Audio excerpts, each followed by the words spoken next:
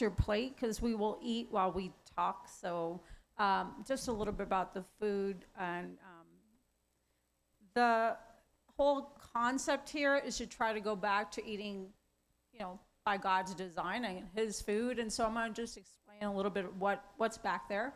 And the information we're going to talk about is going back to going grass-fed. And so we have some grass-fed roast. You have we didn't get the fajitas are from what's it called, the Chipotle.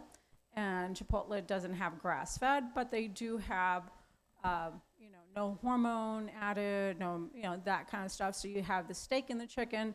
You have, of course, organic salad. It has nuts. So if you do have a food allergy of some kind, like nuts, it does have pecans and pomegranate, which we're going to talk a lot about, biblical foods, and berries. And I think the other thing is we have a coleslaw that I made with veganese. If you guys don't know what veganese is, it's basically a mayonnaise that is made with grapeseed oil. So the whole goal here is teaching you to get rid of any seed oils that are not good, but grapeseed oil is still, pretty good for a store-bought mayonnaise if you don't make your own.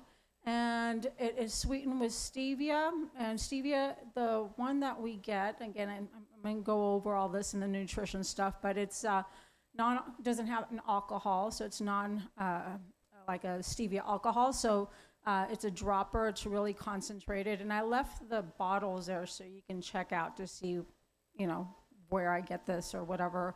I can tell you that later, but what it looks like. And the veganese bottle is there too.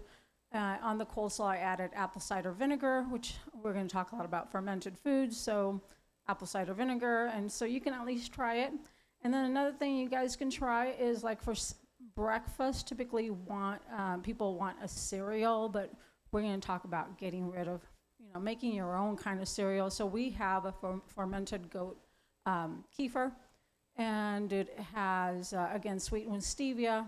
It has cacao nibs. I don't know if you guys know what cacao nibs is, but cacao is basically chocolate, but it's the actual bean. And so you want some kind of like crunch sometimes in cereal. So it has that, sliced almonds and berries. So hopefully you guys can try stuff. It may be a little different, that you may or may not like this stuff, but give it a try. And then there's some water. So he already prayed for the food, so I'm going to have you just go grab your plate. We'll eat while I talk, and we'll get started. Thank you, guys. All right, so I'm going to get started just so we can get this done on time, too. So I'm really excited to be here, and I want to thank Angie.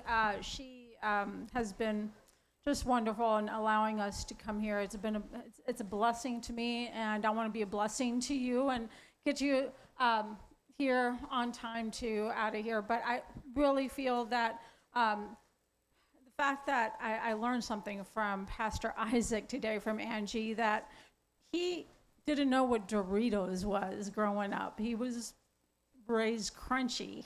If you guys don't know what that is, but mainly it's when you're raised with all these, kind of like my kids are being raised, where they are homeschooled and have never been to McDonald's. They don't know what soda tastes like. It's very foreign for most people, but I love to know that Pastor Isaac was like that, and Angie corrupted him. And so I didn't know about that, so that's awesome. And so, all right, so this is my family. My husband and I started coming here in June, and I'm very excited to be here because this is the type of church I wanted to be at, something where I love the community. It's been wonderful to see how close and how tight-knit everybody is, and so it's beautiful. And so my husband and I, Dr. John Main, where are you, John? Back here. We have been in Idaho for 25 years. I'm from Texas, he's from Oregon, and we met growing up and going to college in Dallas, Texas, and decided that we wanted to move to a place where was the values, Christian values, conservative, and we fell in love with Boise. And so we've been here for 25 years, love it, and have had practice, like Pastor Isaac said here. We started in Caldwell and then have been in Meridian for about 20 years now. And so we are very blessed, and he is right. We would love to have something here close to Horseshoe Bend now. We live in Avimor and love the community there, but this is a beautiful town, so you're lucky if you live here. So I myself, like he said, I have been involved with USA Wrestling. I am the Olympic team doctor for USA Wrestling and love, does this cut off a lot? Do you care if I use this? Because I can project my voice. Can you hear me? Okay. Does it cut off a lot like that? Always? I don't know. Am I cutting off? No?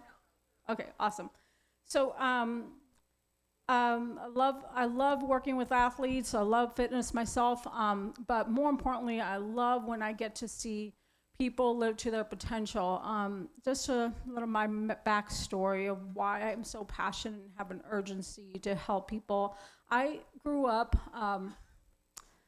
very, I guess, in a household where everybody was sick, and so growing up, I was putting injections to my mom who had diabetes, and unfortunately, we lost her way too soon. She had kidney failure, and then before you know it, she loses her eyesight. So she was a lady who loved, to go serve, but her body failed her way too soon.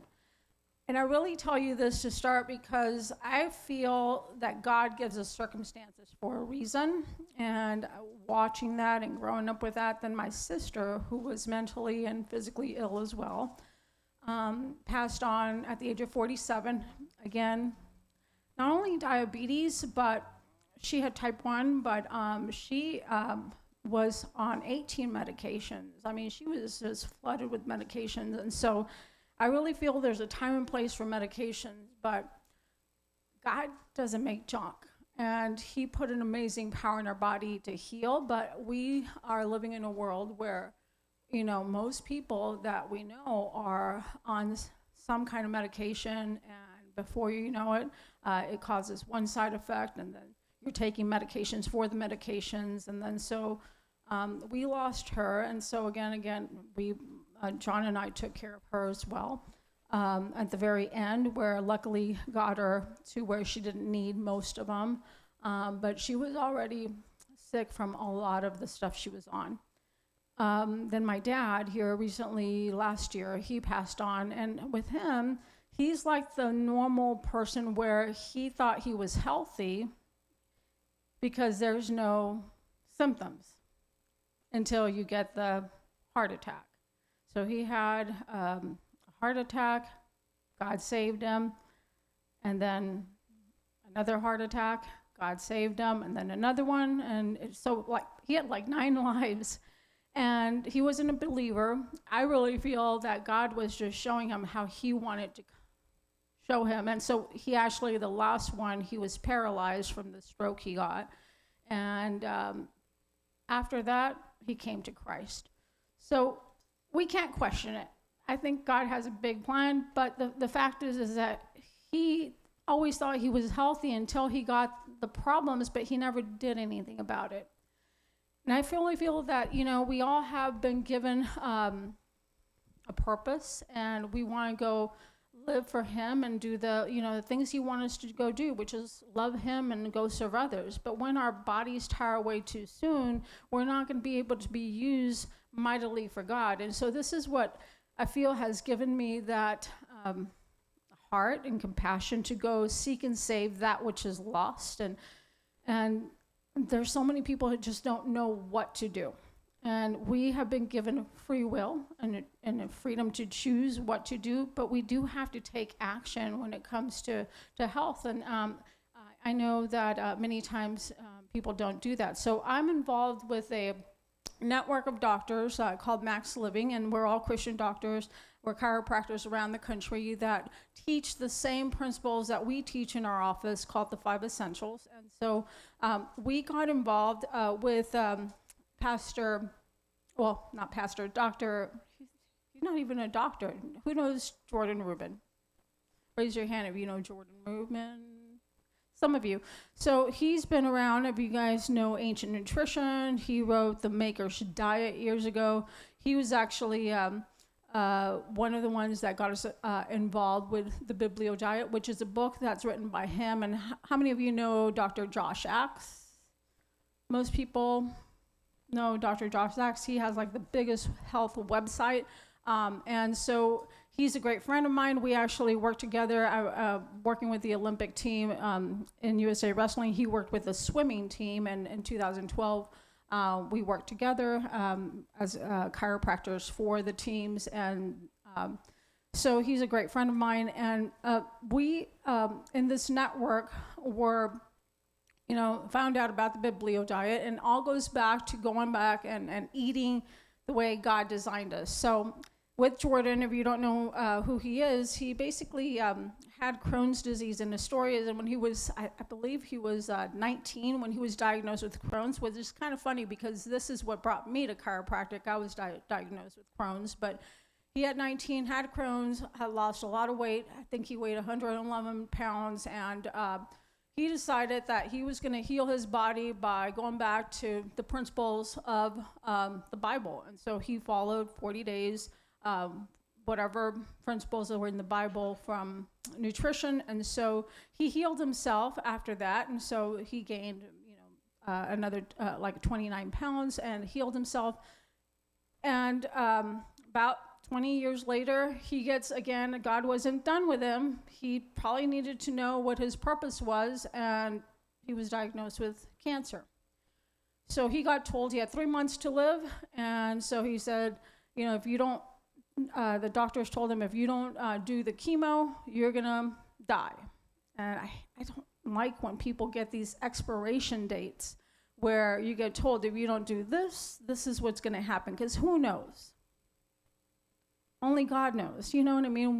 How many seconds you have, but he was told that, and he decided to, again, go back and do the same diet he did for the Crohn's, and he did it for 40 days, healed himself. His markers, I think, from cancer, he was at like 220 markers, and he was a number of that, and he went to 0. So this is how he's been healed, and now he's like in his 50s, and so doing amazing, doing regenerative farming, doing all these things. And so this is where we need to know, I always tell people, like, for stress, the Bible is the book you go to.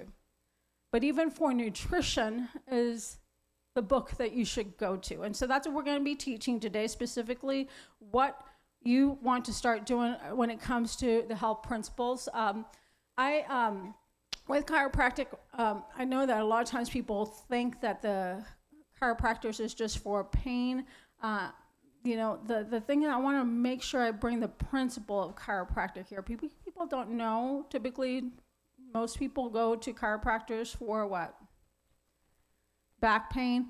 But with the principle of chiropractic, and this is why I talk about this, is that the whole purpose is understanding that you have been given a power within you that heals you, that's never left you until the day you die.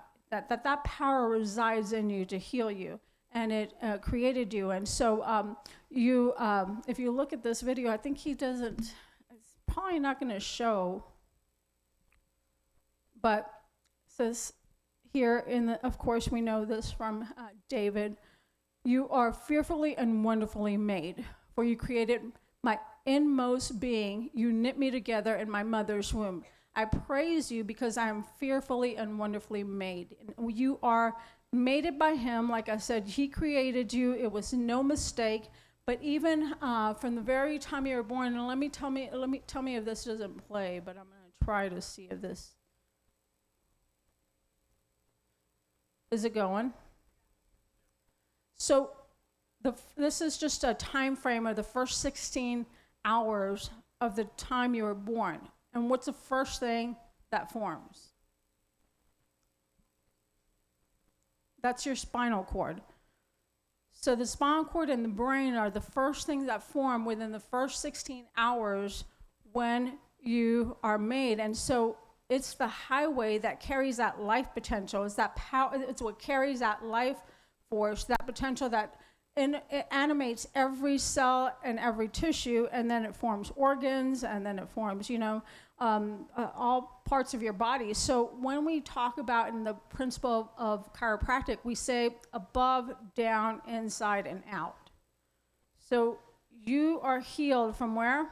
Above, which is God, down through your body from the inside out. So you are made to heal. And I want to remind you that, because somehow people forget that the minute you get diagnosed with cancer, all of a sudden, we what? We forget that you are made to heal. But something created that. And there's root causes for why our bodies start to, and we live in a fallen world, but there are so many interferences that are now, can be reversed. And so we think that we can't reverse this because we've been believing the lie that we, are junk, that our bodies are weak. And that's something I want to erase, and that you start to decide to think differently. When a patient comes into my office and they say, I'm sick, doc, what are you already saying? You're sick. And so what are you already telling your body? That you're sick. When my kids get a fever, they're used to me high-fiving them. I'm like, awesome. Why?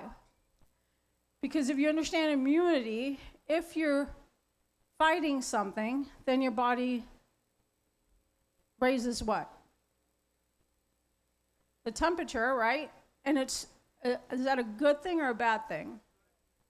It's the best thing that can happen to your body, because as soon as it hits like 104, then interferon kicks in, and before you know it, you have this whole things that go on to help your body then recognize this later. You get B cells, and B cells are like a memory cell, so they're like a warrior cell. As soon as you get a warrior cell, then your body will then, let's say it gets succumb to another same virus or bacteria, then already has a memory cell. So then you have this, army that's going to then kick in. So the more you get sick, you're getting what? Stronger. And then you get stronger, and then you get stronger. Before you know it, now you're 20, 30 years old. Let's say you have cancer. Is your body going to be able to defeat it? If you already have good immunity, you can actually defeat it. You have natural killer cells that help you fight it. But we've been told everything but. We've been told to fear. And so take, antibiotic, take this next antibiotic. And before you know it, your body just starts getting weaker and weaker. So this is where, my kids have never visited, they never even had a pediatrician. They've never, the only time, and I'm going to talk about one of my twin boys who is diagnosed with type 1 diabetes as well, and I'll talk about that later. But, that's the only time they had ever been to any kind of like hospital. And so that's where we are made to heal, and we can start making these changes. So we want to make sure we remind ourselves that. And so the problem is we live in a world where there is so many people that get to the point where, like my dad, have chronic disease because we wait till when to do something about it. Till it's too late. My mom did too, and so even when she found out she had diabetes and she had type 2, we can reverse type 2 diabetes. That's very reversible, but she did nothing about it, and unfortunately never even, she just trusted the doctors, and it was just another drug and another drug. Right now, 76.4% of the population in America have a chronic disease. So you talk about, chronic diseases, which are what? Cancer, heart disease, diabetes, all these chronic diseases that we're getting, and we spend the most money on doctors. And so something has to change, and it's beautiful. It's happening right now with RFK. You know, things are shifting. It's so cool how all these changes that are occurring right now happened right when I was going to do this talk. But we've been talking about this pyramid being reversed, and now they're actually, you know, changing it up. And it's so awesome to see that. But we still have to have faith, but do the actions. It says 90% of healthcare spending goes to chronic and mental diseases. I don't know how many times I see people on antidepressants, and it saddens me that first they don't know Jesus. So in my office, we don't leave that out. He's your healer, but they just don't know, you know, that there's things that you can go back to, and when you, you know, it says hope deferred makes the heart sick. And if you just go back and put faith into people's hearts again. And so autism is the one that really, I put this on there because right now, and when I was growing up, I don't know about you guys, I remember autism was hardly ever around. Maybe it was 1 out of 50, 1 out of 100. But now, if you talk to teachers nowadays, they say, well, I teach, you know, 20 kids, and about 10 of them have some kind of autism. So what have we done to our children? And so this is where something's happening that's creating this stuff. And I think the saddest thing, and this is this last one here, where as Christians, we're called to honor our temple as a sacrifice. And I see a lot of times people pray for their health, but still don't go act on it. And it says, and there was an African proverb, I think. It says, when you pray, move your feet. But I know in the Bible, and I don't know, you can tell me where it says it, but in James somewhere, you know, what does it say? As a man thinketh? No. What is it? What is it? Yeah, as a man thinketh, so he is? Is that it? No. But, yeah, so, but the thing is that we need to not only have faith, but take action. I know that the biggest one that I get as far as that comes to mind is when that lady in the Bible had cancer for over 12 years, and she was bleeding, and it always vividly puts it in my brain, like I see this, and where she was probably spat on and she was kicked while she was pushing through the throngs of people. And she still knew that that man was going to heal her, but she had to push her way into the crowds. And finally, she touched that cloak. And as she touched that cloak, he felt that power that I was telling you about, that power that resides within us, leave him and go to her. And then she healed, and he said, you know, who touched me? And it took her having faith, but she also had to go do what? She had to go take action and take that first step. See, God just needs a little mustard seed of faith, but we do need to have action. And so tonight, we want to make sure we start taking action when it comes to our health. So it saddens me when Christians, you know, we're called to honor our temple so that we can go love him, but then go serve and be used for him. And that's why I can't do anything about my mom. Unfortunately, we lost her way too soon, or my dad, or my mom. But my hope is that if I can do the best I can to take care of my body to the best, we're all going to die, but be used to the best of our ability. And that's what this whole talk is about. So we got to get to the root causes. You know, we know that our body was made for perfection, and the thing is yeah, we broke it. It all happened with Adam and Eve, but we've been treating symptoms the whole time. So we need to go get back to the causes and start changing. And so it says, therefore, and I love this verse in Romans 12, that just like we can renew our mind, we can renew our body. And it says, specifically, therefore, I urge you, brothers and sisters, in views of God's mercy, to offer your bodies as a living sacrifice. A living sacrifice. So, is it going to be easy? No, it's not going to be easy, but you get to do this. And that's where you have to anchor to something greater than you. And I really feel that if you don't have that anchor, my why, I already told you. Why I love doing what I get to do when I wake up in the morning at 4 and spend time with him and then do my fitness stuff. And then I have, because believe me, who's talking to me at 4 o'clock in the morning? Whenever I wake up and that alarm goes on, I don't even need an alarm anymore, but it used to be where the alarm goes off. Who talks to you at that point?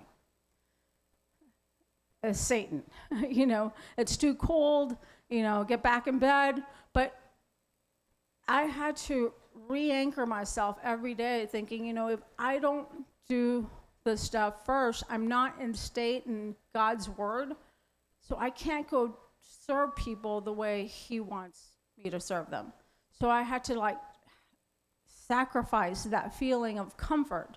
The same thing with, when it comes to, just getting back to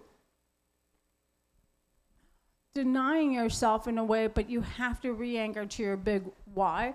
And some people don't even know what their big why is. So you have so many resolutions being made during the new year, but then people typically by the third day, typically what happens with gyms, they're all full the day one, but then they're empty by the first week. So if you're not anchored to, you can't continue. So if to offer your bodies as a living sacrifice, holy and pleasing to God, this is your true proper worship. Do not conform to the patterns of this world, but be transformed by the renewing of your mind. So like I said, you can change your mind, but you can also renew our body. And we're going to talk about fasting right now and how the body actually starts to recreate new cells. Just like your mind can recreate new thoughts and new values, you can create a new body by doing these principles that we're going to be teaching about. Then you'll be able to test and approve what God's will is, his good and pleasing will. So today we have 2 goals. It's going to be talking about your physical changes, your mental changes, exercise, nutrition, and toxicity, because we've been lied to with toxins, and that's what's creating a lot of problems. But basically, we have a responsibility in the fact that we're Christians to honor our temple, and that's what we want to talk about. So with the book, if you don't have this book, I do recommend you get it. We do have it here. You can get it on Amazon. I don't care where you get it, but it does have a lot of ways to start taking action, like the first 7 days, and it walks you through this. But it's all about going back to eating the way the Bible wants us to. So I'm going to dive in here into eating and fasting. And so many times, how many of you have fasted before? Raise your hand. Okay. So we know that fasting is important when it comes to spiritual purposes and getting closer and focus on him. But science is finally catching up to eating less frequent to allow the body to catch up. And so I always think of it as autophagy is the word that it scientifically is when your body goes and acts like a Pac-Man. If you guys remember, some kids here don't know what Pac-Man is, but your body goes and digests old cells. So we eat too often, and I just competed here in bodybuilding, and with bodybuilding, it's very different.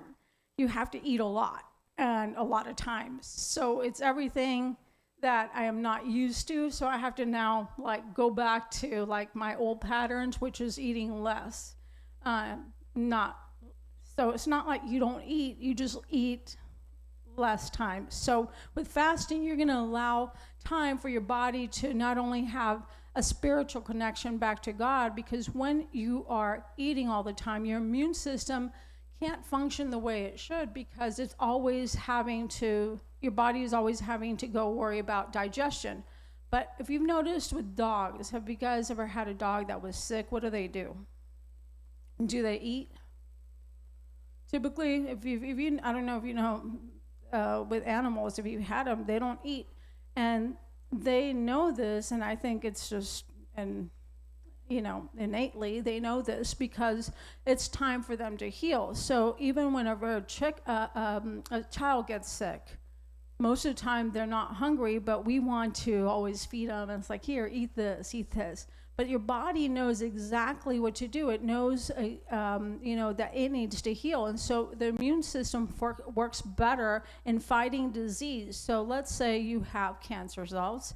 When you're fasted, now cancers thrive only with sugar. Doesn't need anything else but sugar. It doesn't like oxygen, actually. It only likes sugar. So if you take away food from it, the body will then go and then utilize either fat cells or even muscle if you have no fat, to start breaking up fat. So in our world, we're eating too much, so we're just storing fat, and we're becoming bigger than ever. So we want to start implementing fasting. Now, there are people that don't need to fast and shouldn't fast. And so there are some people that, for instance, if you're pregnant, don't fast.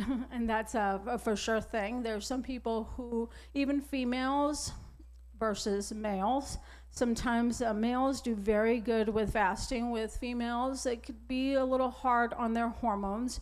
And so we always tell our patients in our office, if you're pregnant, if you're like in your cycle, you want to make sure you take time to eat and even eat carbohydrates, because that's when you need that food. But you do want to practice fasting otherwise. And so those are the only people, and I think even children can fast. We've had our kids fast if they're sick and going, I don't like that word, but if they're expressing health. We ask our kids to take some time to just rest and fast. So, and if you're not too familiar with fasting, there's different ways of going about this. And if you're new to it, the book talks specifically of people who have to adapt to fasting. So when you fat adapt, and so how many of you have fasted and have gotten kind of to the point where you feel a little like if you're going to die? Yeah, because you have to allow your body to get to the point where your body fat adapts. So we are sugar burners and not necessarily fat burners, or we become sugar burners. So your body utilizes sugar pretty rapidly, and it doesn't like to burn fat. So when you start fasting, you actually will have to fat adapt. So we have ways to go about this if you've never fasted, where we get people to actually eat more fat the first week and utilize good quality fats, such as adding, either coconut oil or, more tallow to their foods, so that your body can have more fat available, so that when you fast, you can utilize that. But you do want to start with at least a 9-hour eating window, which is, you'll see a 26% weight gain with that versus when you have a 24 eating window, when you're eating all the time, you're going to have people who are always eating and eating and eating, they're going to gain weight. And this seminar is meant to have the ability for you to also ask questions. So if you do have a question, please don't feel bad for asking, or if you know that somebody typically has the same question. But so fasting will trigger you to start burning also like old cells. So this is the recycling component, where your body starts to catabolize even cancer cells. So this is where we get our patients to fast for about at least one whole day, and then do alternating fasting, where we do one whole day of eating and then one whole day of fasting. And so then you graduate to the third week where you do a feasting and a fasting, where you have one day of fasting completely all day long, and then 5 days of intermittent fasting, and then 1 day of feasting, where you're shocking the body and you're actually adding more food so that the body doesn't think that it's dying and it starts to hoard more fat.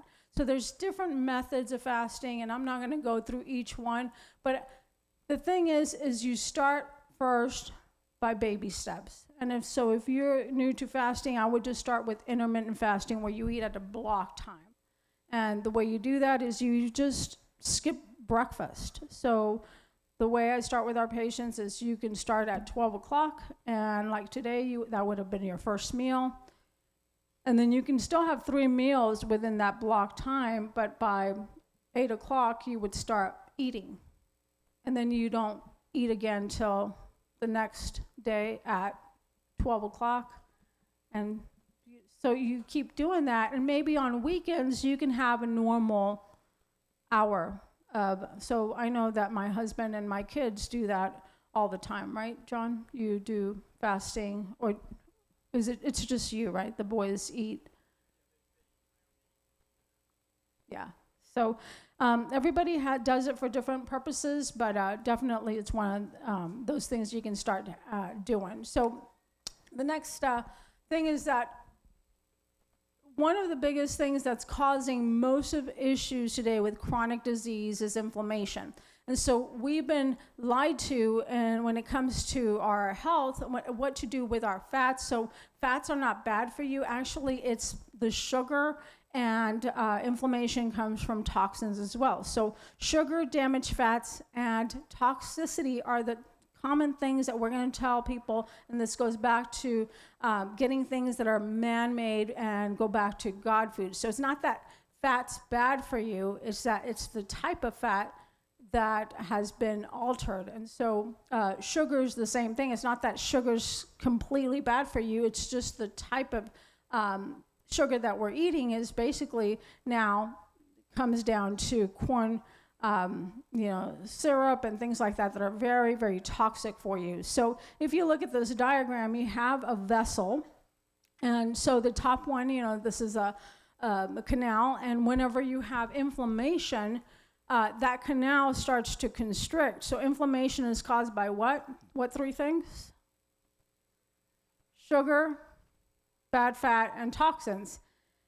And when that's not a food, which is stress. When you're stressed, your cortisol comes up and it actually constricts the blood vessel. So that's more of an emotional interference. But when it comes to food, those are the 3 things that cause that. So now you have a reduced lumen or a canal, and it's constricted. So what has to pump harder to get that blood flow through your body?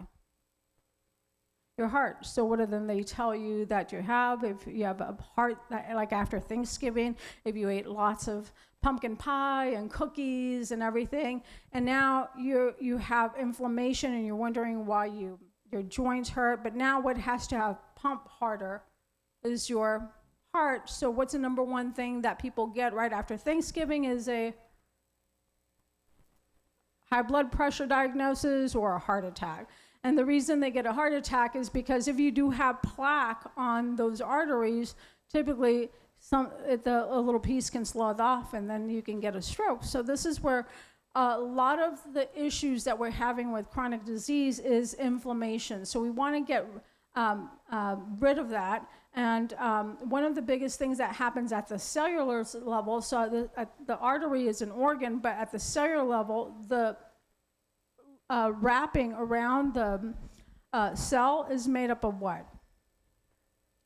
Fat. So you have this layer that allows nutrients to come in and toxins to go out. But this fat layer right here, whenever you have sugar, bad fats, or toxins, starts to swell. Toxins embed in the fat because toxins bind to fat. And so then now you have a very swollen cell. So that's why after Thanksgiving, you feel very swollen. But now what happens is if this, we call it cellular congestion, if this is really constricted and really, now you have toxins that are affecting the cell membrane, nutrients can't come in, and what can't come out? Toxins. So what's happening inside the cell? If toxins can't come out, you're becoming toxic inside. Now you got to remember that the cell, you have the DNA inside that creates another what? Cell, right? With DNA, and then you create another cell. But is that going to be, if it's not getting nutrients and toxins can't go out, what's happening inside the cell is that now you're getting damaged DNA, creating another sick cell, and what's a lot of sick cells clumped together? Because the body clumps them together and puts it into like a wrapping, and it's called a what? A tumor. And so, again, God doesn't make junk, but we're creating the junk. Does that make sense? Because we're having too much what? What three things? Sugar, bad fat, and toxins. So the thing is that all of a sudden, I'm going to be, not emotionally unintelligent, and I'm not going to tell people, you created your cancer. You can't do that. But the reality is sometimes we have created it because we've never changed. Does that make sense? But the beautiful thing is that no matter what we've done, who heals? He heals. And like you can renew your mind, what did I say? You can actually renew the cell that's damaged by removing what? First, having hope, right? And then going back and removing the things that caused it, which is the sugar, bad fats, and toxins. And then you add fasting to that, then your body will then, again, these like tumors, the outside of the tumor, I usually use a whiteboard a lot, but the outside of a tumor, it has these receptors that it forms for what? To feed it. Cancer only likes sugar. So it starts forming these receptors that only listen to sugar. So if you feed a person who has cancer more sugar, it's going to what? Grow. So what's the number one thing to do is remove the source. And so remove the root cause, remove the sugar. And you start fasting and you start getting rid of the sugar, the body starts to heal from within. So again, you can do this. And so this is the issue, is that we live, if I have a continuum, if this is you at birth, and this side of the stage is death, the problem is that in our world, the minute that a child is born, what happens? We somehow think that this kid is unequipped, right? And so what happens immediately? They give him what? Vaccines, and then let's say he gets sick, they give him antibiotics, and then the mom, instead of giving him like breast milk, typically it's Similac. You guys get this? And then it's McDonald's, and then now they get sick again, and it's more antibiotics. So you guys see how we're kind of going in this direction, and then by the time, like let's say down the road, you're at 50% loss of function, right? God made us perfect, but we're lost of function right here. Typically, is there symptoms at this point? Most of the time, people have no clue that they have a problem until finally 60% loss of function. Then you start seeing, oh, everything hurts. I have, pain, everything. And let's say now you get diagnosed with a disease. Most of the time, where do people run? That way or this way? They run this way. Like, let's say you get diagnosed with cancer, you only have 3 months to live. unless you do chemo. So then you do chemo and all this stuff. And it may buy you a little time, but still, what caused it to get to that place? And that's where we need to go back and do whatever we can to not go this way that fast. You know what I mean? It may pause you and let's redirect and say, what do I need to do to get back to healing? We're never going to be at 100%, but whatever we can do to start this continuum from going to death way too fast. So that's where we want to get back to what are these things that are killing us. And you guys are familiar with Nutri-Grain bars and stuff like that. So this is just an example. But most of the time, people have, these boxed foods, and I don't have to give you all this, but when you're going to talk about food, you want to make sure you just go back to, reading the ingredients. If it has more than 5 ingredients, you would, of course, get rid of it. But watch, this high fructose corn syrup, high fructose corn syrup, again, I don't know, they probably didn't put enough. Glycerin, which is what? Sugar. Fructose, which is more sugar, and then maltodextrin, which is more sugar. And so you guys see how, and then modified cornstarch, which is more sugar. You guys see how the more and more we don't read the ingredients. If you can't read it, don't eat it. But definitely you got to understand that. And finally, maybe there's water down there, but ret number 40.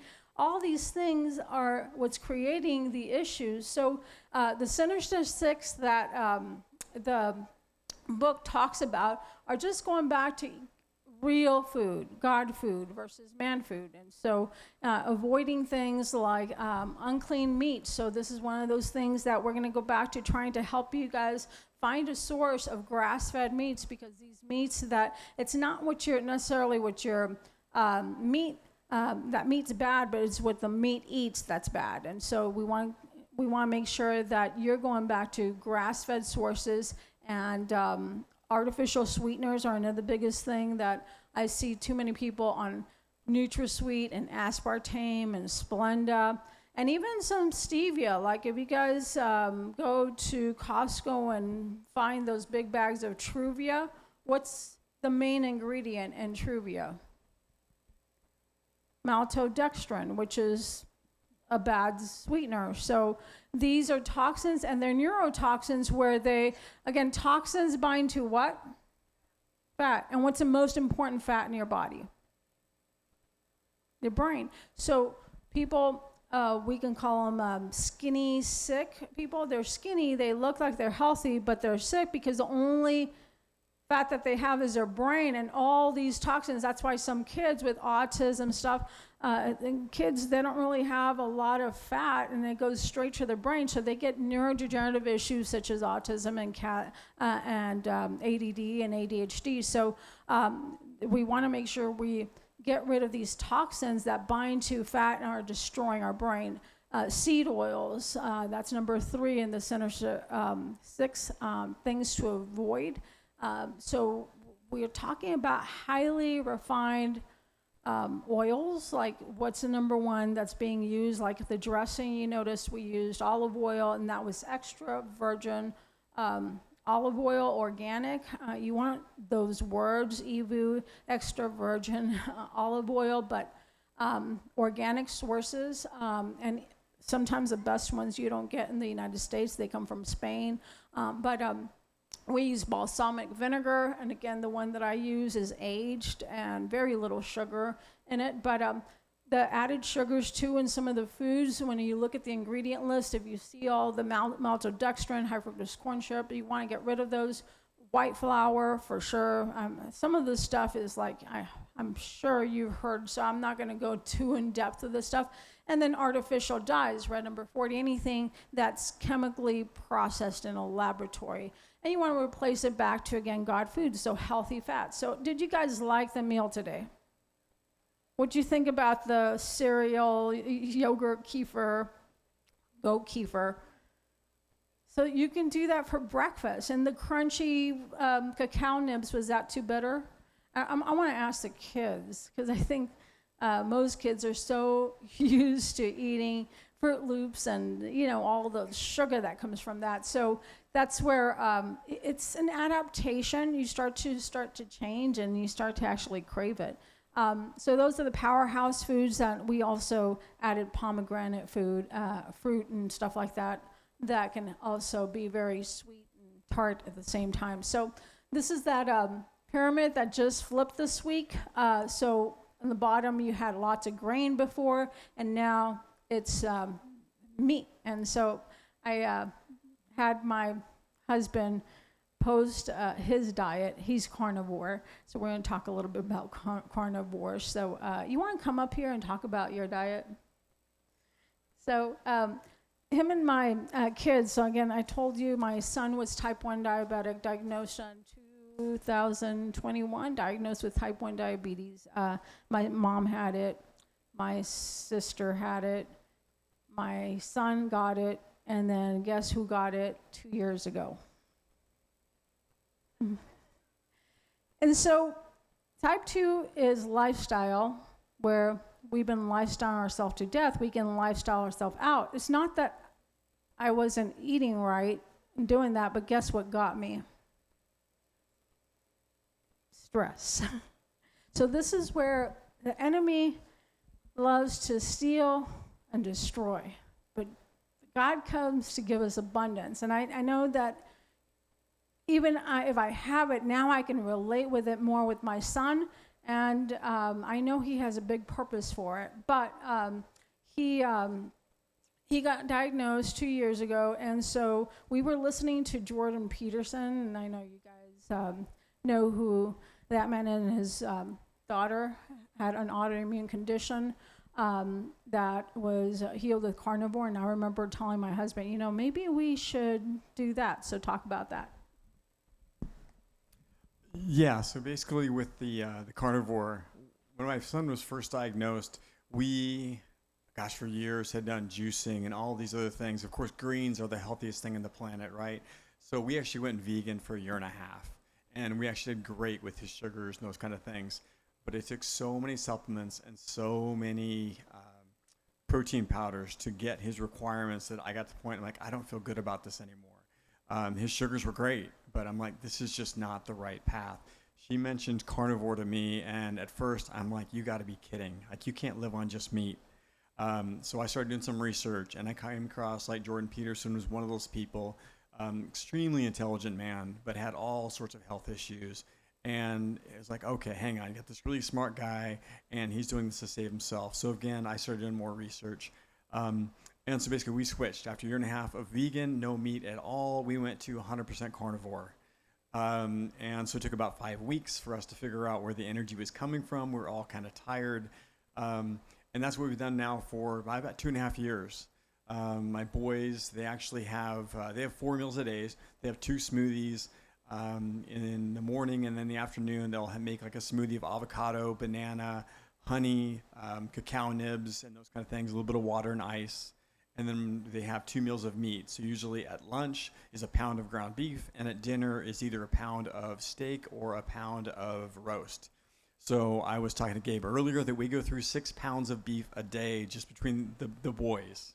And so it's a lot. I have 3 freezers, and I go through 3 cows a year, but that is just about my entire diet. I get them from local ranchers, so the cost gets down to like, $5-6 a pound for beef. But it's not just for ground beef; it's for steak, it's for ribeyes. So it actually becomes quite affordable. And I eat 2 meals a day. So I eat lunch, I eat dinner. I haven't eaten yet today. I'm not hungry at all. And we have just amazing energy. Energy, you guys are familiar with Russ back there, and I know he's probably talked to a lot of people about carnivore. And what's funny is I never told him to do carnivore. I told him that my boys, they were gymnasts. They quit this last May after 13 years competing in gymnastics. They would go do 5-hour practices eating nothing but meat and never get tired. Everybody else is stopping for taking their snack breaks, eating their carbs, eating their boxed whatevers. And my boys would never get tired. And he's like, wow, I need that. So he actually kind of followed suit with just making that change just because of them. Our diet's really easy. We just did a 10-day road trip camping. Still eating carnivore, no problem, pretty easy. And again, it actually can be affordable. You just got to find a good source for it. So, anything else? No, that's what they do, and that's what's awesome. Mainly mine is more of a keto version, but the same thing. It's all about just going back to implement. And if my kids can do this, I know you guys can do this. Thanks, John. This is a picture of McDonald's burger that I have in my office. It's there like a pet.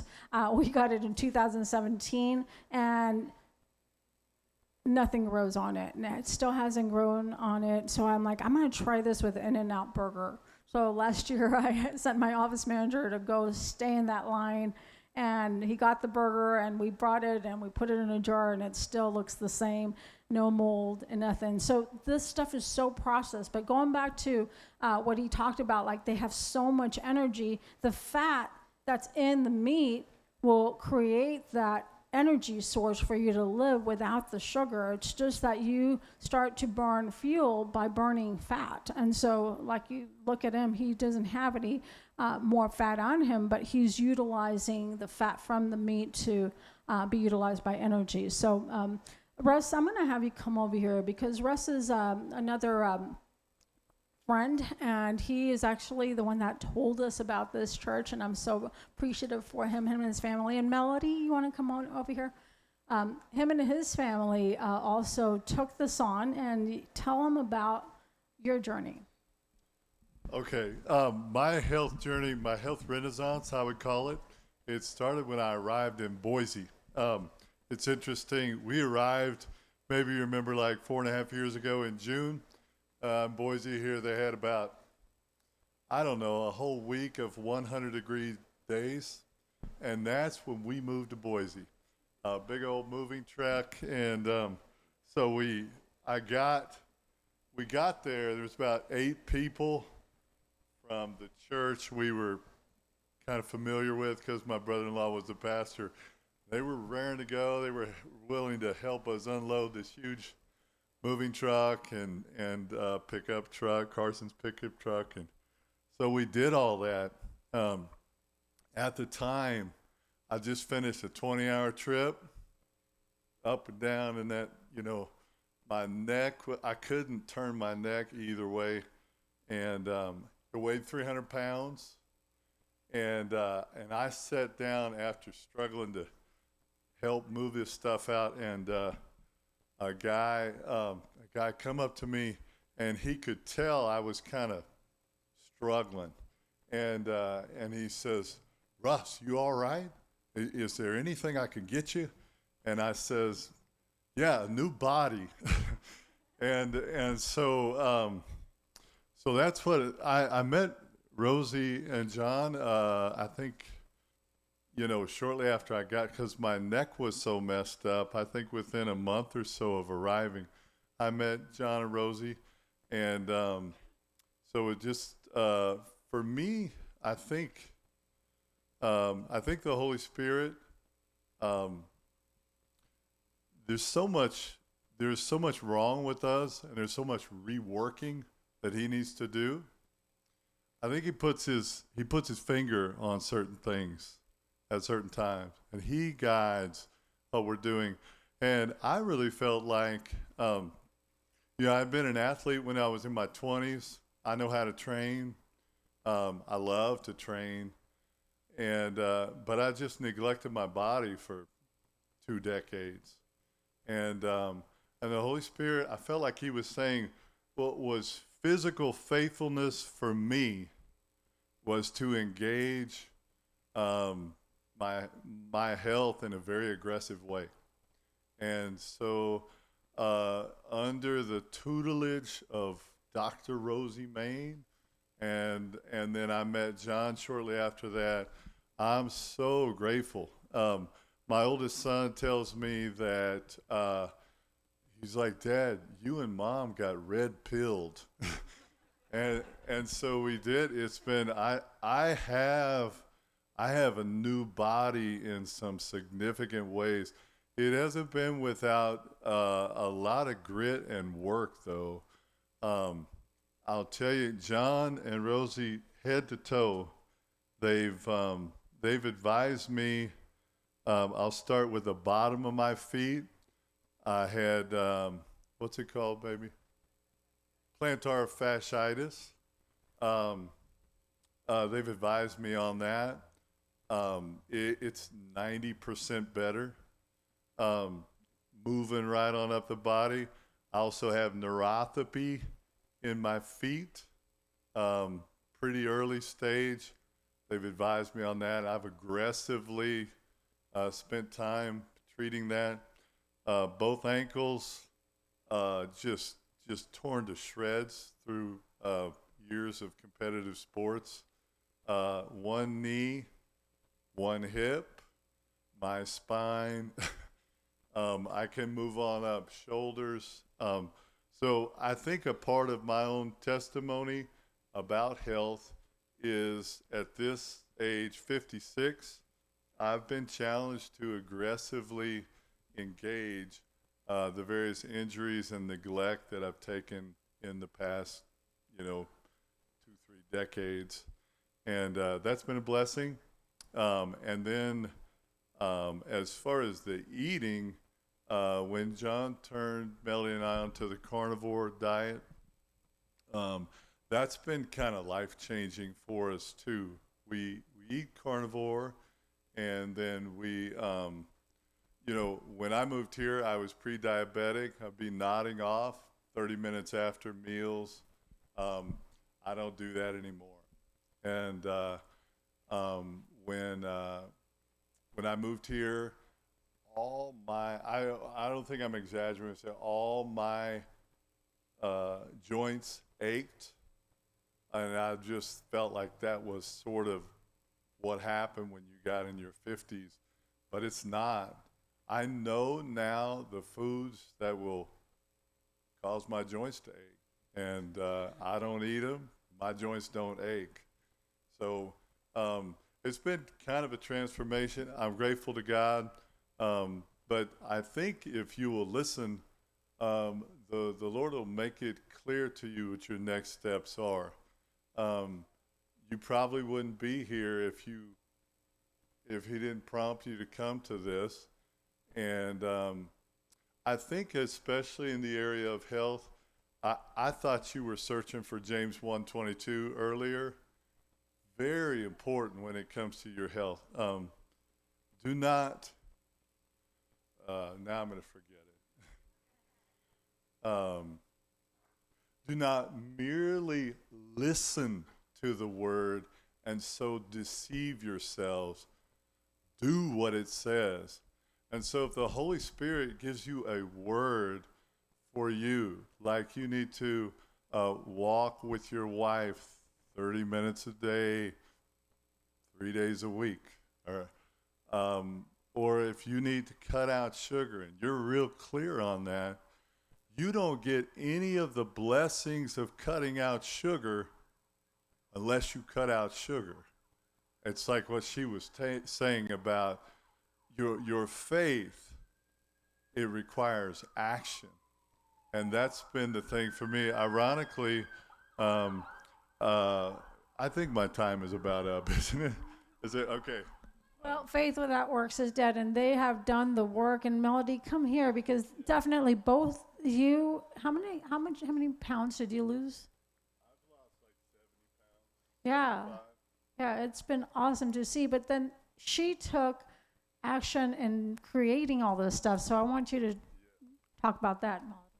I think Rosie wants me to share about storing tallow.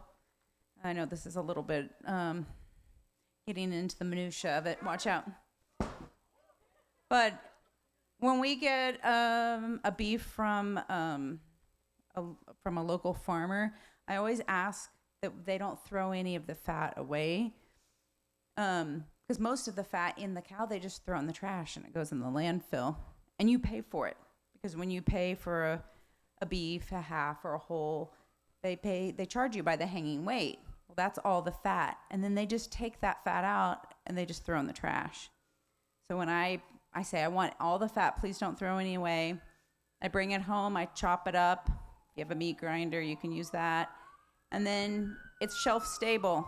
I melt it in a pot on low for hours and hours, and you can just skim off any little pieces of meat or anything that will float to the top. And then you can put it in a jar, and it can just sit on your shelf. And so instead of buying, oil at the store, which is really expensive, like, not canola oil, but avocado oil, which is a healthy oil, it has a high smoke point, or extra virgin olive oil, things like that. We just use tallow. I've already paid for it, and it can just sit on my shelf, and I use it just like you would use oil. Like if I'm gonna cook eggs, I just put a little bit in my pan, and then I also I mixed it, I whipped it, and I made my own moisturizer. This is the same thing, but I just put it in my KitchenAid and cranked it on, and it makes a really nice moisturizer. And so I know what I'm putting in my body. And I did add a little vitamin E, and I added a little rose oil just because it's nice. But our body recognizes it. Like you go to the health and beauty in the store, and you look at some of the stuff. There's just so many chemicals, and Rosie talks about eliminating toxins from your home, and so that's just one way that I've used what I'm already paying for, and eliminating a lot of toxins from my home. So. Yeah, if you go to their home, it's awesome. They have pigs, they have cows, they have chickens, they have everything, and then she kills and castrates them, and she shows me how she does it. It's so fun. And so, but yeah, so this is the food you want to implement again. So in the book, it talks about, of course, grass-fed meat. It does say to avoid pork and shellfish, and this is something we've always taught too, because the reality is that these are bottom feeders, and so they dwell in the bottom of the sea, shrimp and oysters. I love crab. For my birthday, I love to go like Red Lobster and get a bucket of crab and just like have at it. But not that you're going to be unholy if you eat this, like in the Old Testament. Jesus died for all that. He loves you whether you have cookies and all this stuff. But the goal here is that we're going to minimize toxins. And that's the thing, is that we're going to try to do our best not to have it all the time. I love bacon too, but if you can just have it like maybe once a month, and like are supposed to honor our God, and it's the temple of the Holy Spirit, but it's more like Waffle Houses for most of us, It's just where we're creating Pizza Huts, instead of temples. And so this is where we need to start minimizing the amount of toxins that are building up. So pork and shellfish are out, but when it comes to, chicken, you want free range, and if you get eggs, you want pasture, because then they're eating, they're not only free range but pasture raised, avocados, wild caught salmon, eggs, organ meats. I can't do liver.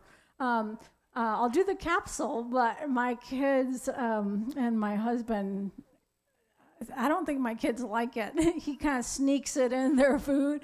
But liver is by far so filled with minerals and amino acids, really good for you. Of course, A2 cultured dairy. So I'm going to go through some of these foods quickly. But this is that eating cycle that you can do 8 a.m. to 7 p.m. For some people, they do fasting. Well, they increase their dinner time. I get out at work at 8:30, so my dinner is really late, but my breakfast starts later.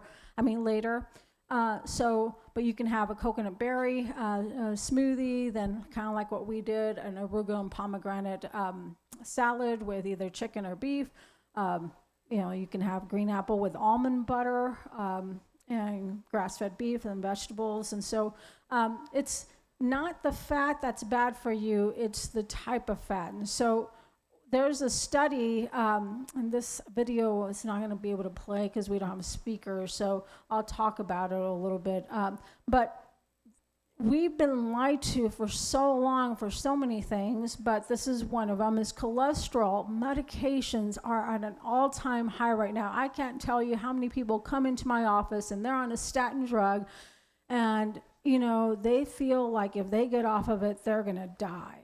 And I'm not sure if you guys know, but right now, people in blue zones, if you guys know what blue zones are, they're areas in the world that they find these people living over 100 called centenarians, and they started studying them, and they find that they have like high cholesterol, but they actually live longer than us. And so what's happening is that we've been told that cholesterol is bad, but in essence, it's a good thing. The New England Journal of Medicine also says right here, more people have heart attacks with normal cholesterol rather than elevated. So you actually need cholesterol. It's in your breast milk, it's in your brain, it's in your cells. You need it to allow that pliability and fluidity in the cell membrane to allow nutrients to come in and out, or else it gets really rigid. And so when you have trans fats and you get stickiness in your cell membrane, then that's when you get that cellular congestion that you can't get nutrients in and out. So you need cholesterol. It's not bad. What's causing issues is, again, inflammation from what? Man-made sugars and bad fats and toxins. So remember those three things. Those are the things that are literally you got to get off of. And so going back to this, so vegetable oils, again, use tallow. I think Melody has tons of those cans. You go to a pantry, so if you need some, go buy some from her because she has too many. And so get it from her if you can't find that tallow. But McDonald's, again, switched from healthy tallow to toxic vegetable oils. Back in the day, they used to use good stuff, and now for some reason they use this. Again, it's all about profit because canola oil is so cheap. But it's have been said, and I love this gem that I found in the book, where you eat 5 ounces of French fries is as toxic as 20 cigarettes. So how many of you had French fries last night? You just had like 20 cigarettes, and that right there is like, oh my gosh. So vegetable oils make up 30% of our calories. So get rid of the vegetable oil, the canola oil, the corn oil, soy oil, and go back to things like coconut oil, tallow, grass-fed butter. Butter, have steak with your butter. I know I go to Russ's house, and he and his family have steak, and then they slather all this butter on it. So it's kind of fun to go experiment visiting with them. Olive oil, avocado oil, ghee is another good one for you. So meat is medicine, and again, it's a grass-fed, grass-finished meat. So where do you get this?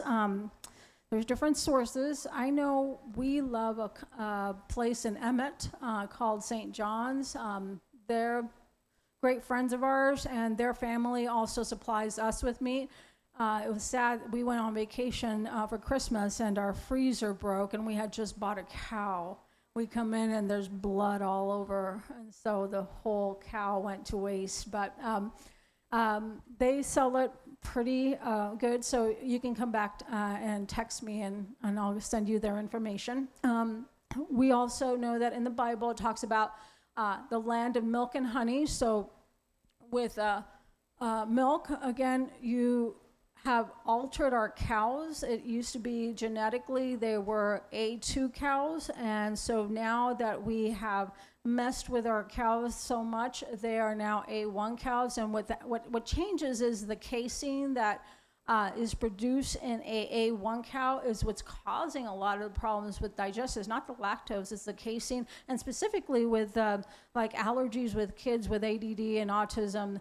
They don't do good with A1 milk, so you want an A2 cow. And again, raw would be better. It's very hard to find it raw, but there are some sources. There's lots of benefits with, and I think I'm speaking to the choir here, because I'm sure that in Horseshoe Bend, there's a lot more of this around, but getting A2 milk and honey.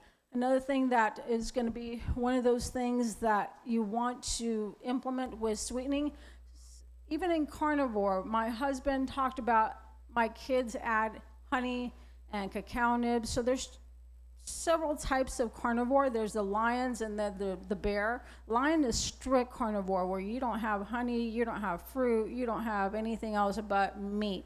We're more, my kids and my husband are more, well, he's more meat, like he's a lion, but my kids are more bear, where they're gonna have some fruit, specifically bananas and green apples, and they have honey as well. But honey is so good for you if we're sweetening. So if you don't want to use stevia, I myself have to use stevia, but I use the good version. Did you guys try the coleslaw?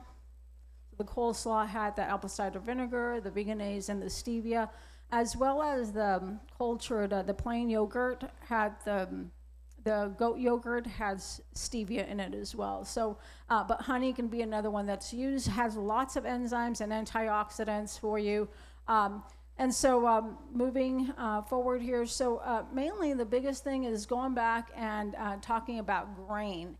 We used to be to where we would not eat grain whatsoever. Well, now my husband, but one of the things with grain is, you know, that it's been hybridized, and that's what's made the grain bad, is that we've altered grain. It's no longer God grain. In the Bible, there's many times when grain is allowed, and I really feel that the biggest thing is that we've altered, and now you have glyphosate that comes into play, and so you have all these chemicals that are added, and it's no longer the way God intended. So fermentation of grain is the best thing you can do. So sourdough bread, and so if you go to the book, they'll talk about it. But you do want to make sure that just because it says sourdough doesn't mean it's sourdough. Sometimes they could add flavoring that will taste like sourdough, but you have to have an actual person that knows how to make this with. How many of you make sourdough bread? I need to take a class from you because I really would love to learn how to make it, but I'm going to your house, Angie. So, but it is something that is talked about consistently in the Bible. So sourdough bread is allowed on here. So that's one thing. I put Parmesan cheese chips for you, for those people who are not eating grain, but it's kind of like a bread. And there's another chip that I use sometimes called Mary's Gone Crackers, and we do it with avocado and main flaxseed, and so that's another one that you can use. And then lastly, with fruit. So in the Bible, and this may be where, you know, it was in Israel, you don't have like tropical fruit around. So in the Bible, you talk a lot about these fruits right here, pomegranates. I don't even know what muscadines are. Who knows what that is? It's a grape. I have never had that. But pomegranate, figs, dates, papaya, berries are mentioned. Really, what you want to find is fruit that is low glycemic, that doesn't elevate your glucose. And so typically fruits like berries, green apples are very good for you. Pomegranates have a little bit of sugar, but figs and dates as well, but it's a better substitute. And try to stay away from very, very high sugary fruits such as mangoes and watermelon. It's just, and never juice your fruit. If you are going to be juicing, just only juice your vegetables, because then it really increases that glycemic load. And then as far as salt, another lie was told to us about getting rid of salt, but the reality is salt is so needed in our body, has so many minerals, but again, it's the type of salt. It's not the white refined, table salt that you find in restaurants and stuff. It's Celtic salt that you want, the Celtic or Celtic, how do you say it? Okay, so I don't know if you guys know, but Spanish was my first language, so sometimes I'll mispronounce stuff, so correct me and make me better. But that's the biggest thing, is that salt has so many minerals and that you need for all functions of your body. And so 70% of sodium comes from processed foods. And so sometimes people say, I don't use salt, but it's in everything and everything that is packaged. So that's where you have to be careful to just go back to real food that's not packaged. When you go to the grocery store, shop around where it's not in the aisles where you get trapped with all the processed stuff. And so I'm moving quickly here so that we can get some of this content in. Spices are another thing that some people avoid. I know that we love many spices in my culture, being Mexican.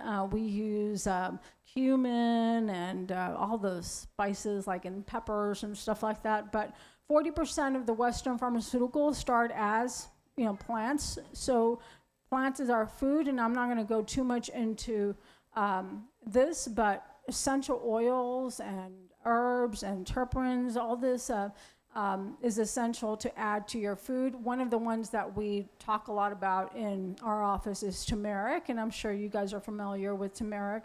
It's like an anti-inflammatory, and so very good for you. Ginger roots, such as ginger and turmeric, garlic, clove, oregano, all of these have antiviral, antifungal properties, which we'll talk about in just a bit. So who guys see this?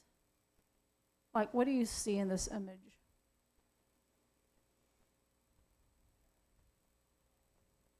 Anybody see it?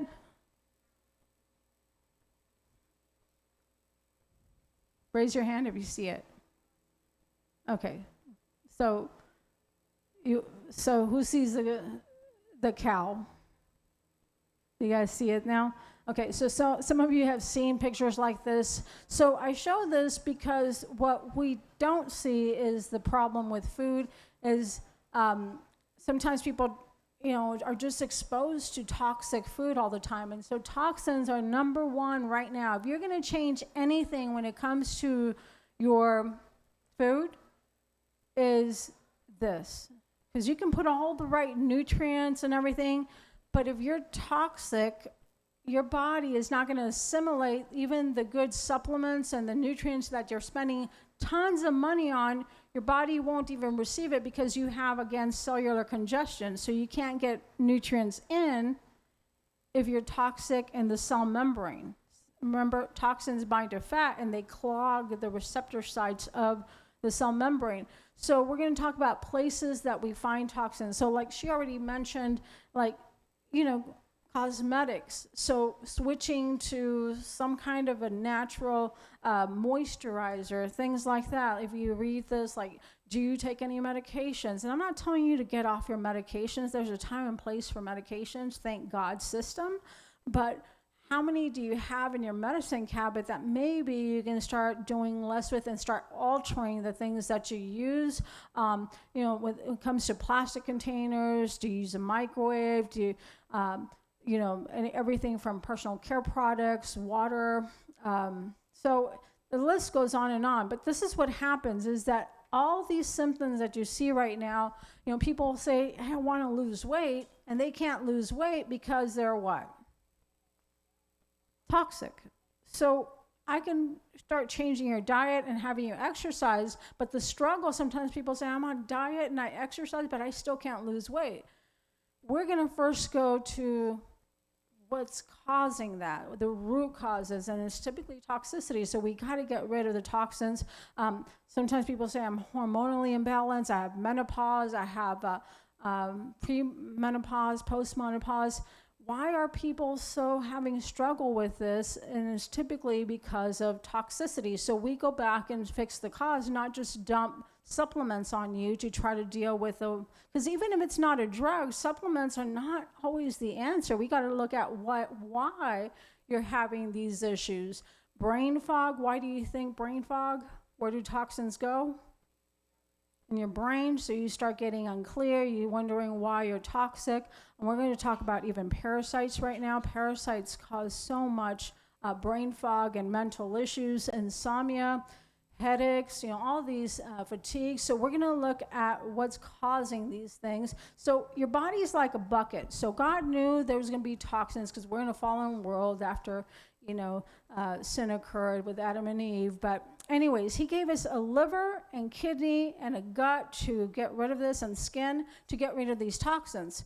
But like I said, from the very beginning, we're adding, all this prenatal stuff. Whatever mom had, by the way, guess what you're going to have? Like, let's say mom had lead in her system or had toxins already within her. You're going to already be born with some of that stuff. And then you start adding more and more, mercury and vaccines and heavy metals from, dental amalgams that you stick in. I can go on and on, toxic food, like I said. So after a while, your liver produces what's called glutathione. Glutathione is just like a magnet for toxins to pull them out. But if you're getting so much toxins that your body can't keep up, after a while your liver starts to get congested and it can't clean it up as fast. So then it spills over. And then once it spills over, that's when your symptoms start. But then you go to the doctor and it's just a drug, instead of looking at what can I do to start minimizing these toxins. So this is just a picture showing you how toxins come in, and glutathione captures those toxins and then excretes them out. This right here is just a diagram that shows you that you have your brain up here that has your hypothalamus, which is the master control system to all your organs down below. So if you're toxic up here, because now the toxins are going there, your pituitary, which is part of your brain, now is toxic. So now you're wondering why your thyroid's not working. Your adrenal glands, your gonads, your ovaries are not working, and they can't form this stuff. And what's the solution typically? You go to the doctor, are they going to look up here, or are they going to look down here? It's down here, and then they give you a drug, or like you said, you go to a naturopath or something, they'll give you supplements to kind of deal with that. Or they'll just cut it out. Does that make sense? Instead of looking at upstream. So we want to start clearing toxins from your nervous system, that master control system to everything. So, these toxins are in your bloodstream from chemicals all over stuff, which we'll address right now. But this right here too, this is where I talked about parasites. So toxins from chemicals are one thing, but biotoxins such as mold, Lyme, parasites are not something we really ever hear people address too often. And we're seeing more people sick of parasites right now in our office. And I got to talk about this because I get pictures when I put people on parasite cleanses of the stuff that comes out. And we all have parasites. Is it a good thing or a bad thing to have parasites? Not necessarily always bad. You have a gut that has both good bugs and bad bugs. And so this creates what we call a biome, microbiome, which is a good balance of good and bad. But when you're exposed to many parasites, and where do you think the number one thing that people get them from? Your animals, like your domestic animals, like your dog and your cat and stuff. They lick you, and they probably were outside playing with a rodent of some kind. Anyways, they come into the house, and then, of course, they lick us and stuff, and we love on them. It's not that don't get rid of your dogs or your cats, but the thing is that you know that you go to the vet, and sometimes they put them on dewormers and stuff like that, but we're getting them as well. And so this is where it starts to create what we call a dysbiosis, where you have too many of the bad stuff and not enough of the good stuff. So it's not that you always have to do a parasite cleanse, but sometimes you have to start clearing up some of these things, because then they poop in you, and then they create like more toxins within the gut, and then you're wondering why you're bloated all the time, or why you have brain fog, or why you have all these kind of symptoms that you see here. And so this is where we want to get rid of the chemicals, but also things like parasites. Mold is another one. We don't really have it as much in the West Coast, but in the East Coast, you get rain a lot and a lot of water damage. But if you, maybe in an apartment that maybe they covered up the mold in the bathroom, you may be dealing with mold. But these spores that come from the HVAC systems too, sometimes will release that. So you want to deal with those things. You also have Lyme. Ticks are not too much of a problem in this area, but wherever you came from. So Lyme is another, it's like a parasite. It affects our body. Chemicals in clean products, one of these things that I get a lot of people with hormonal issues, xenoestrogens are basically competitors like estrogen. These hormones have a receptor on your cell wall where it attaches. Well, xenoestrogen just mimics estrogen, and these chemicals, parabens and things like that, they stick to that estrogen receptor, competing for your estrogen, but now you have double the load of estrogen, and so then you become estrogen dominant. And you're wondering why now kids have puberty like at 9 years old, because we're dumping so many chemicals in their system. So now their hormones are so way out of whack, or even, I believe, even, the fact that we have so much estrogen in our body, I think there was a study where there was more female fish than male fish. I don't know if that's true or whatever, but we're changing our hormones, we're changing our chemistry. But the problem is that these receptor sites are being filled with chemicals. So what's the solution? You get rid of the things that are causing the problem by getting rid of the things like cosmetics that have these parabens and these toxins. Our water is another. All of these can be a topic in itself, so I'm just going to flip through these really quick. But our water is filled with so many chemicals. Chlorine, fluoride is another issue. So the solution is start using filtration systems. Even if you start with, sometimes economically people can't do all these changes, but you start with a Brita filter. And instead of like plastic bottles, you bring your own stainless steel container, and you bring your own reverse osmosis water stuff that you have at home, or maybe you have a Brita pitcher and you do that. I don't know, do something. And microplastics are another thing. If you guys have all this Tupperware at home, start switching little by little to glass containers, to Pyrex. Don't heat your food in these things, but start switching to better solutions that you can, one step at a time. You don't need to go do this all at once, but you take baby steps, and then you take the next step. Each year you just add the next thing. When it comes to your pans, of course, some of this is stuff that people know, but you guys know that this Teflon creates cancer. It's carcinogenic. So go to stainless steel. I like cast iron. I put the tallow on there, and by the way, it's a workout too, because whenever you clean it, you have to scrub it away. So it's like you kill two birds with one stone. So use fragrances. I know that some people have so much toxicity they become multiple chemical sensitive, where my husband had high metal levels, where he still is. He does not like perfume or stuff like that. He's very sensitive to it, but that's typically an indication of the amount of toxicity of metals you have in your body, and he does have that going on. But fragrances like essential oils is a better switch. And so if you're not, you don't have to go spend tons of money. There's many brands that have essential oils. You do want to make sure they're pure and not get the cheap stuff.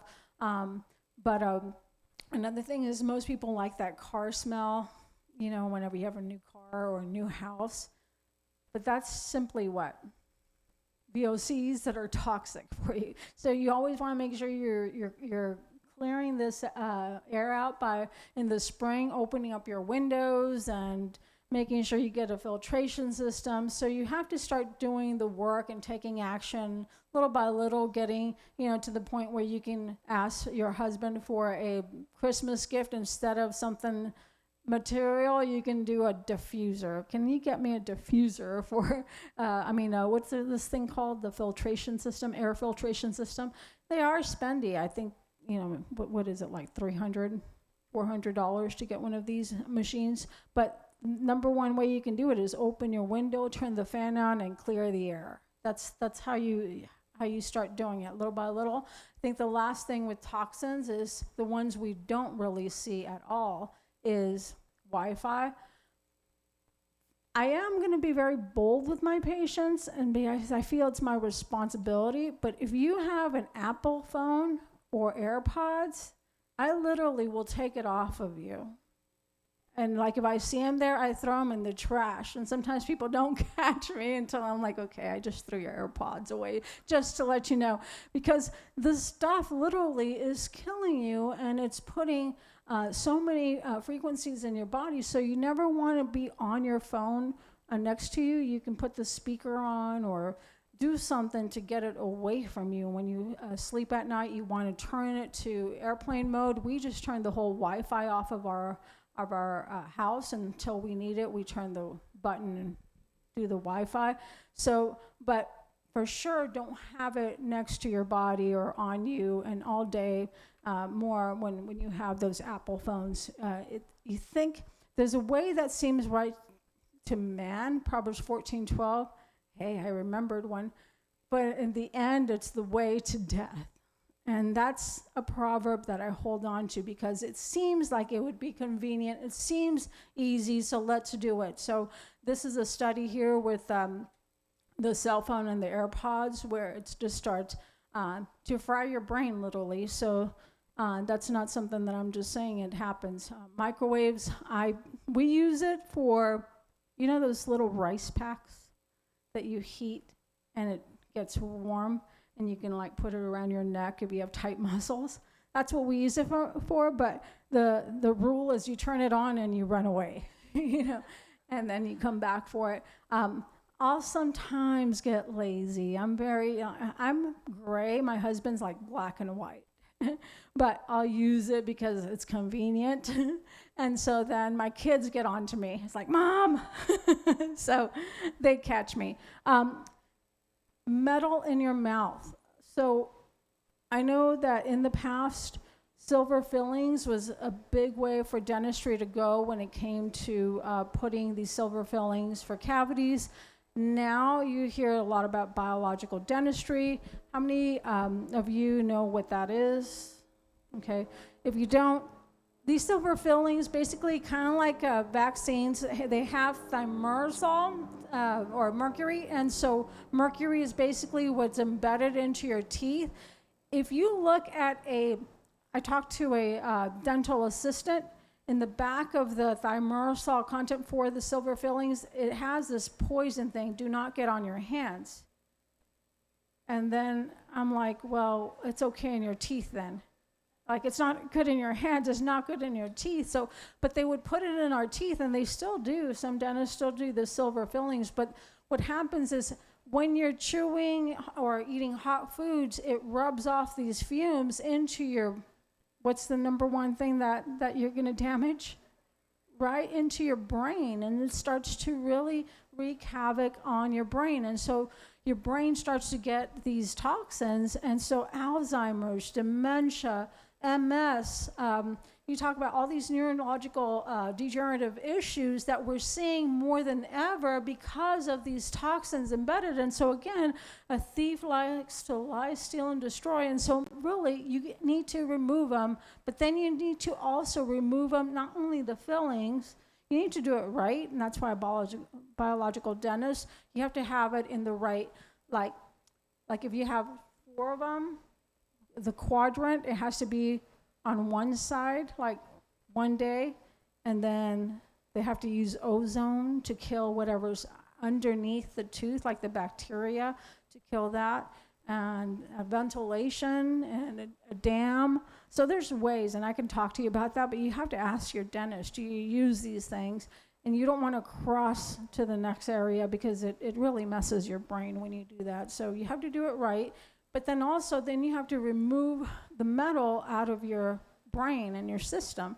And that's something that my husband can talk to you about if you ever consult with him. But he had severe heavy metal issues, and he was severely depressed to the point where he had so much anxiety.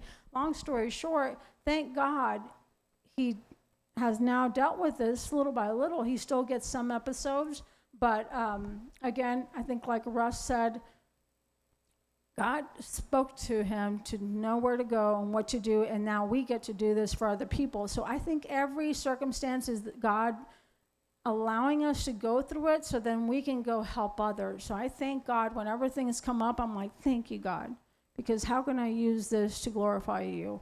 And that's what this is all about. And so we talked about parasites, get rid of them. I can show you what to do. Just be sure that things are going to come out that you don't want to see. I get texts of these big, crazy things that come out. It's like demons. And lastly, guys, here, emotional toxicity. I know that we've talked about nutrition, we talked about toxins, but emotional stuff, and I don't have to go through all these principles because you guys get it. I'm talking, to the right crowd here. But, when it comes to the things that cause more disease, I think it overrides nutrition, it overrides exercise, it overrides everything, is physical stress. And emotional stress. So when you're talking about resentment, unforgiveness, bitterness, anger, all these things, create disease, and that's biblical. I don't have to give you all the verses, but be wantless, Psalm 23, like if we're always wanting, thou shalt not want, be resultless. I know for me, always felt like I needed to be an A student. I had this issue. I think because I grew up caregiving for my mom, I always was responsible. So I always had to, I felt like I had to like achieve, and I had to let go of that, whether it was, I don't know what it was, pride, or it was, I don't know, maybe I felt like I needed to be responsible. I had to let go of that, guys, because that's what created my diabetes. I was a caregiver with my husband for my dad here. He just recently died and he was paralyzed, but it was a lot of stress. But I think these are the things that create the problems. So I'm not going to go through all of these because you guys know this, and I want to honor your time here. But be faithful, be hopeful, be timeless, and the scriptures attached to them. Exercise I do want to touch on because sometimes people don't know what to do with exercise. But can I get 3 people up here real quick? Who wants to volunteer? Come on up. I need 2 more people. Because I'm going to have just a really quick example of what we call max T3. So with exercise, it's so simple, guys. If you guys can just start exercising by walking, that's beautiful. But we do need to get strong. And so, Caleb is strong. So he's going to be my advanced guy, you're going to be my intermediate guy, and you're going to be my beginner. And I'm not saying that you're a beginner, but we're going to be a beginner. So we're going to give you a link to a website, Max T3, and I'll explain it to you. But this is something that Russ and his family have taken on, but mainly with conditioning, and you guys know what CrossFit is, but this is nothing new. HIIT training, it's all about high intensity, short duration. So most people don't work out because they don't have what? They say they don't have time, right? This type of workout, you don't have to work out more than 12 minutes. Who doesn't have 12 minutes a day? I mean, we all have 12 minutes. And so it's one of those things that it's going to only be 6 minutes because you're going to be resting half of the time. So all of you don't have injuries. You can do a squat. Everybody can do a squat. Okay. Okay, how far can you go? Okay, so I just want to make sure there's no issues that you can't do it, because we always modify.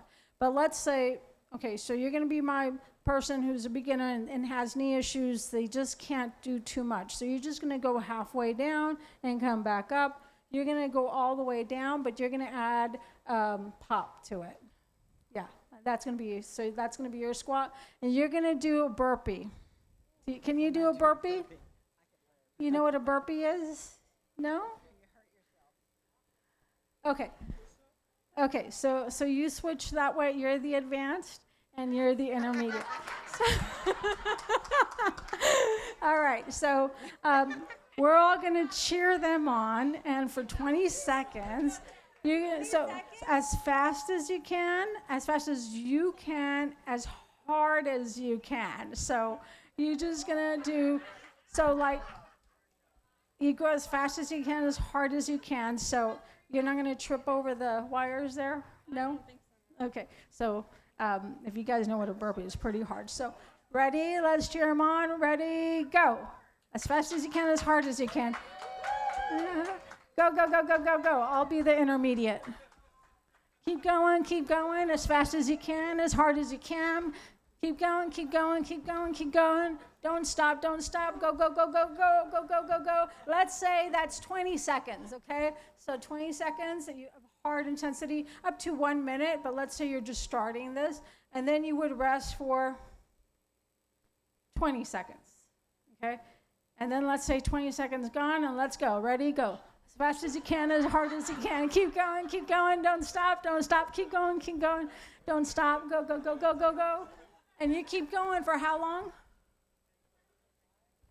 20 seconds, right? And then you stop for 20 seconds or a minute, like up to a minute, once you start getting used to this stuff.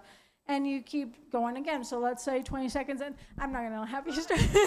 But you guys see, thank you guys. So give them a hand. So the whole thing is that this video gives you exercises. So you do 4 sets of a certain exercise, but you have an Olympic level athlete, you have an intermediate person, and there may be somebody who's maybe pregnant or something as a beginner, and you just do it at home. And they'll have like a leg day, they have an upper body, and I know Russ and Melody, you guys have done this, right? Is it hard? It's doable, right? And so anybody can do it, whether you're, I even have my grandmas modify it for them, but mainly do this. But the whole intent is to get your heart rate up, so it's working cardiovascularly, but more importantly, you're also using your muscles to then get stronger. So it's good for your hormones in the long run, because studies have said that mainly growth hormone and testosterone does what whenever you're getting older? It takes a dip. So with this kind of conditioning, it allows your body to sustain growth hormone and testosterone for a longer period than just walking. So if you can't do that, at least start walking 3 times a week. You choose Monday, Wednesday, and Friday, where you're gonna, start exercising. I mean, I love doing it every day, but if you've never done anything like this, you just start choosing at least 3 days a week where you start getting active and you start implementing this stuff. So it's called Max T3. You can go to maxt3.com and it's free. And you just get on and you plug it on your TV and it has videos for you. Every day you have a different one and you just do it in your living room if you want to. So there's no excuse, guys. Like this is a schedule that they give you 3 times a week. So if you have a gym, you can do this even with high intensity and short duration with lifting, even with CrossFitters. This is what they do. Most of the workouts are typically, how many of you have CrossFit before? Okay, typically it's like you're done within like 10 minutes if you do the what they call the WOD. It's in and out. You just do it as fast as you can, and then you're out. You're out of there. So just the biggest thing is to do what? Act. Do it. Move your feet. And lastly, here's the nervous system. And this is what we talked about in the very beginning. honor your nervous system. Most people have never been to a chiropractor, but for sure, understanding why it's not for pain, it's that it carries the most important life supply to your body. So for your heart to beat, for your lungs to breathe, for you to digest even the food that you're having, your brain carries that life supply. And so when we look at posture, your spine should be straight from the front, and from the side you have the curve in the neck, the mid back, and the low back. But most postures nowadays, I mean, what's happening now with technology? Everything's forward. And so we're carrying our posture so forward that it starts putting pressure on the spinal cord where it literally shuts it off. This video, and I don't know if it can, is it playing?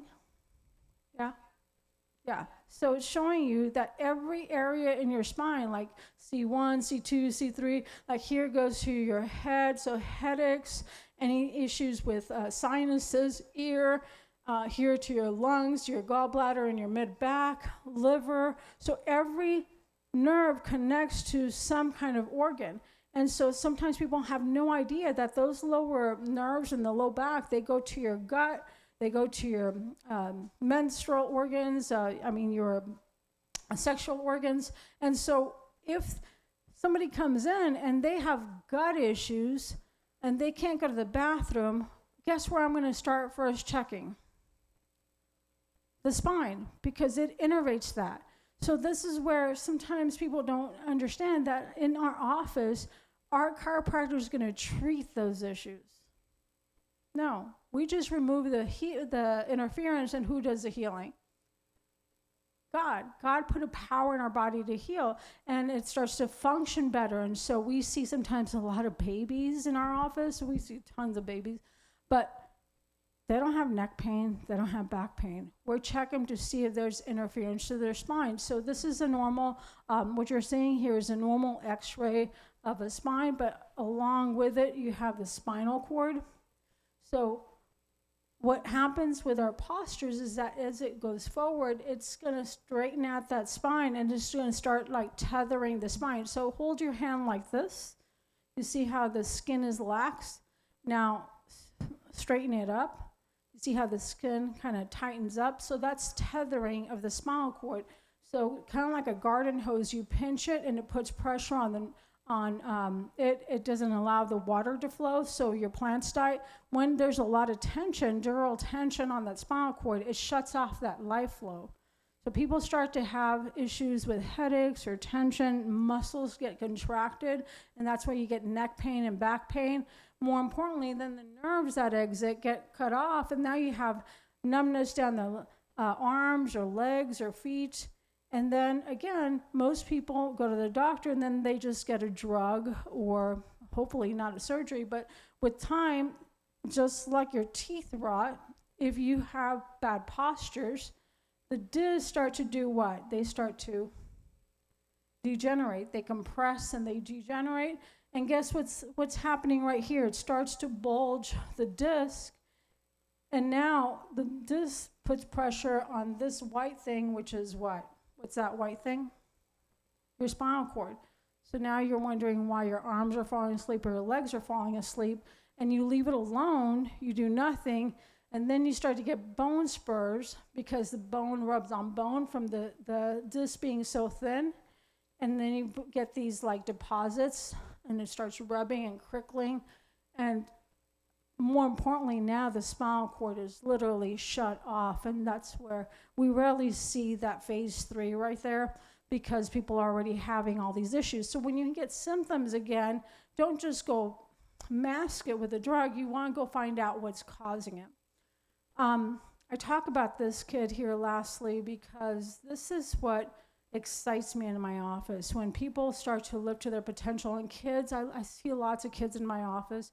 This kid here had severe seizures, and so his mom came in, and this is his spine, and what do you notice now that you know what I'm looking at?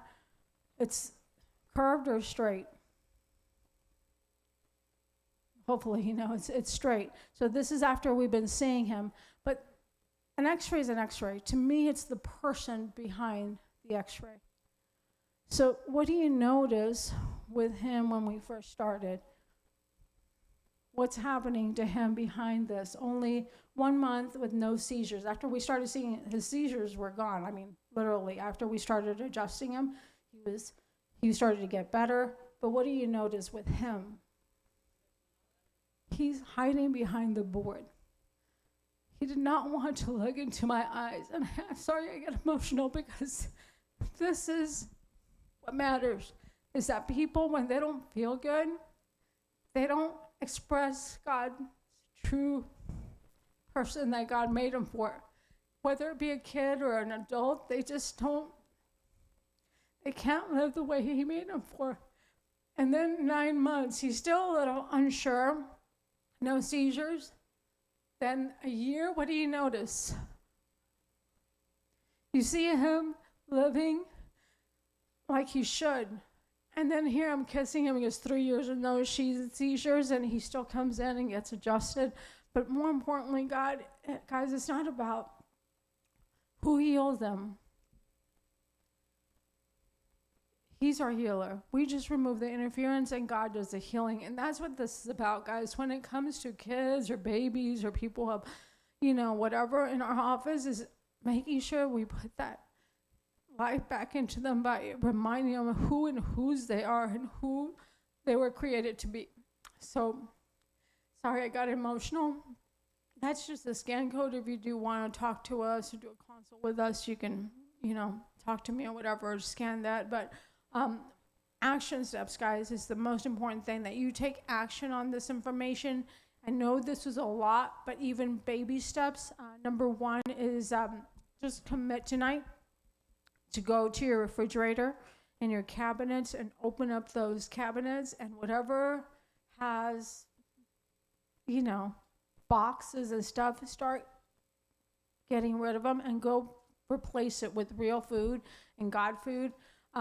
If you do want to do like a body composition test and get tested, you can let us know. But we do an actually fat analysis. If you want like somebody to kind of like check up on you, we can do that on us, where we check your fat, your body fat, and all that. So if you're going to start a goal, at least do it for 40 days. It takes about 40 days to make these changes till you should start replacing new cells. 90 to 120 days, really, like 3 months. But at least start 40 days, make an action step. I'm going to just start changing this. Go get the Biblio Diet book. We have them here if you want. Start doing the 7-day challenge that it says in the back, and then start making it a month, or even, 90 days, the 90 to 120 days. But start acting on it. And fasting, I would say just start, like it says right here, start a 12-hour fast, where you have no food after dinner. Like some people snack all night. So you just, start eating less. And tomorrow, just remove all the junk, like I said. So it's all in here, guys, doing the Max T3. Go to maxt3.com and start implementing the exercise at least 3 times a week. So do something, and that's all I have, guys. I want to pray you out, and thank you so much, Pastor Isaac and Angie, for allowing us to do this. And I want to just be here to answer any of your questions, and the rest of you, so you can go back to your homes and enjoy your families. So, Heavenly Father, thank you. Thank you, Lord, for your love for us, for just continuing to just be here for us no matter whatever we do, Lord. You love us no matter what we do, and you've died and come to save us, Lord, and we just thank you for that. We ask that you just continue to help us clear the temptations, and sometimes the enemy wants to destroy us through not only the food, but the thoughts that we have that are not of you, Lord. We ask that you destroy that, and we cast that out in the name of Jesus. We ask that you just continue to help us make that first step, which becomes the second and the third, and then we just do something to just honor the body that you gave us, to do the best we can. We will never be perfect, but with you we can do all things, and we just love you, Lord. We give this all to you in your precious name. Amen.